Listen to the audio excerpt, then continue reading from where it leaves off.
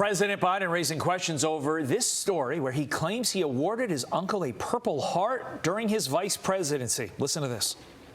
So I got him the Purple Heart. He had won it in the Battle of the Bulge. I said, Uncle Frank, you won this, and I went to peace. He said, I don't want the damn thing.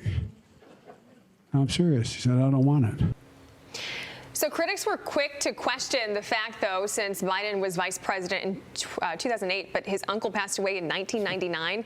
Joe Concha, author of Come On, Man, joins us now. Joe, he also on Friday at a town hall for veterans, he was talking about something else that he got wrong. You know, people are concerned that is he just exaggerating? But even if he is, that's concerning, too. Or does he just not know what he's talking about?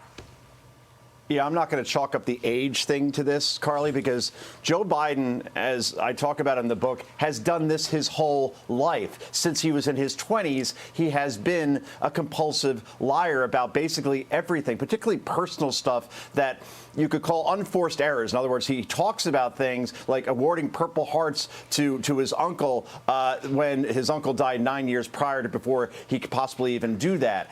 So it's just so insulting to all the military families that are out there. And could you imagine if, say, a President Trump or any conservative had made this claim that they awarded a Purple Heart to somebody when they couldn't possibly have done it only for their own ego? I have a feeling there'd be a lot more press coverage on this than we're seeing right now, Todd. To that point, Joe, first of all, I just be clear, we have the lovely Ashley Strohmeyer today, not Carly Shimkus.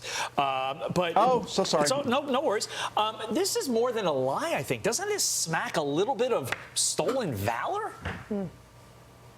It's very much stolen valor. And Ashley, so sorry. I apologize. I don't have one of those what's called a return feed, so I can't see who I'm talking to. Look, again, he said that he was arrested in South Africa, for example. Joe Biden did when he was a senator trying to see Nelson Mandela. And I have a feeling that if a sitting senator was arrested on foreign soil, we'd probably hear about that back in the United States. Of course that didn't happen. He said he was arrested at civil rights marches. Of course that never happened. I have dozens of examples of this. But this is who Joe Biden is. It has nothing to do with age and being confused. This is somebody who just does this reflexively to bolster his own resume. And this is the guy that Democrats look like they're leaning toward having run again in 2024. Very concerning there. Okay, so ABC's Martha Raddatz, she appears to suggest GOP outrage at Biden's border crisis is the reason so many migrants are coming here right now. Listen to this, Joe.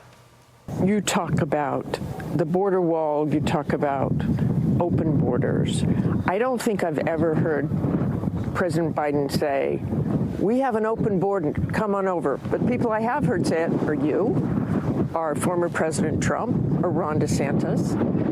That message reverberates in Mexico and beyond. So they do get the message that it is an open border, and smugglers use all those kinds of statements.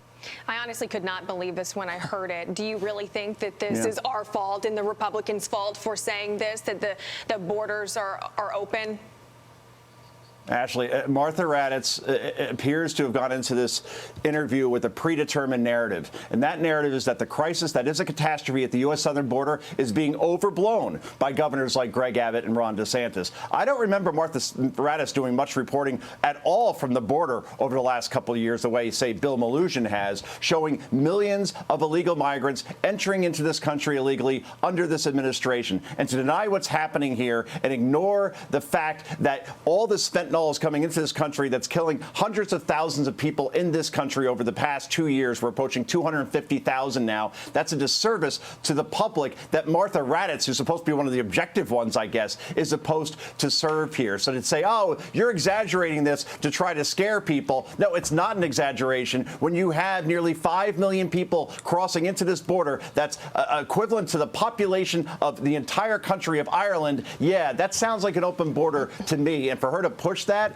is a whole bowl of wrong, guys. I mean, literally, what she is saying is Republicans pointing out how bad Joe Biden's open border policies are is the reason we have this crisis, not the open border policies in the first place. And she said that on what was once a reputable news network. To your point, Joe, she's supposed to be a professional journalist. I don't know what that was, but it was a whole lot of wrong. Joe Concha, a whole lot of right. Have a great Monday, and we will see you throughout the course of your Christmas week. Thanks, Joe. Todd, Ashley, always a pleasure. Thank you. I'm Steve Ducey. I'm Brian Kilmeade. And I'm Ainsley Earhart. And click here to subscribe to the Fox News YouTube page to catch our hottest interviews and most compelling analysis.